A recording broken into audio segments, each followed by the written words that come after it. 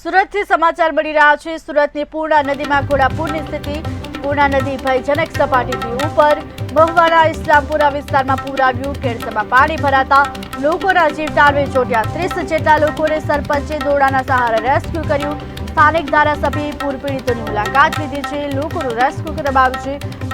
Rescue કરી સલામત સ્થળે ખસેડવામાં આવ્યા છે। સ્થાનિક ધારાસભ્યએ પૂર પીડિતોની પર ચોટ્યા હાલ મુલાકાત લીધી હતી। સુરતની પૂર્ણા નદીમાં ઘોડાપૂરની સ્થિતિ। પૂર્ણા નદી ભયજનક સપાટીથી ઉપર વહી રહી છે।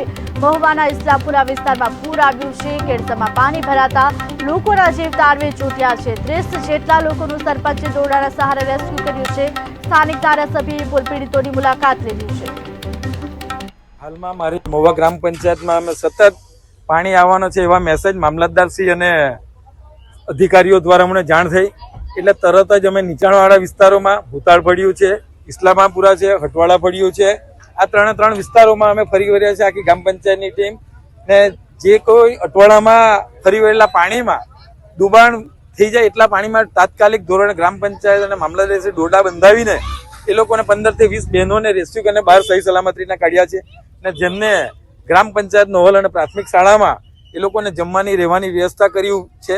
પણ હાલ જોઈએ તો કોઈ ઘર વખરી ઘણાનું ડૂબી ગયેલું છે એટલે એ લોકો લેવા પણ પામ્યા નથી। જેવી રીતના ઇસ્લામાપુરામાં 30 થી 40 ઘરોને ડૂબાણમાં આવી ગયા છે તે રીતના ભૂતાળ ફળિયામાં 5-10 ઘરો, તેવી જ રીતના હટવાડા ફળિયાના ઘણા ઘરો ને હાલમાં આપણે જ્યાં ઊભા છે એ હાલમાં જો 5 ફૂટ પાણી આવે તો આખો હટવાડો પણ બેટમાં ફેરવાઈ જાય એ પરિસ્થિતિનું નિર્માણ થઈ ચૂક્યું છે। ઉપરના મેસેજ પણ જોઈએ તો હજુ પાણી આવવાની શક્યતા છે કે ઉપર વરસાદ ચાલુ છે। તેની તજવીજના ભાગરૂપે તાત્કાલિક પ્રાંત મેડમ પણ અહીંયા સ્થળ પર આવી ગયા છે, મામલતદાર પણ આવી ગયા, તાલુકા વિકાસ આખી ગામની સર્વે ટીમો ઉપસ્થિત રહે છે અને બધાને બહાર કાઢવા માટે અને ઊંચાણવાળા સ્થળો પર નીકળી જવા માટે તજવીજ ચાલુ રહેલી છે। પૂર્ણા નદીના ઉપરવાસના અંદર જે વરસાદ પડ્યો ગત રાત્રિએ એના પાણીઓ તાપી અને ડાંગ જિલ્લાના અંદર વધારે વરસાદના કારણે તથા કેચમેન્ટ એરિયામાં વરસાદના કારણે વધારે પાણીની આવક થઈ છે। 42 જેટલી ફીટ પર પૂર્ણા નદી અત્યારે છે મહુવામાં, જેના કારણે મહુવા પ્રોપરના અંદર બુધલેશ્વર છે, મિયાગામ છે એ વિસ્તારોમાં લોકોનું આપણે 100 થી વધારે લોકોનું સ્થળાંતર કરાવ્યું છે અને તમામ લોકોને સલામત સ્થળે ખસેડી દે।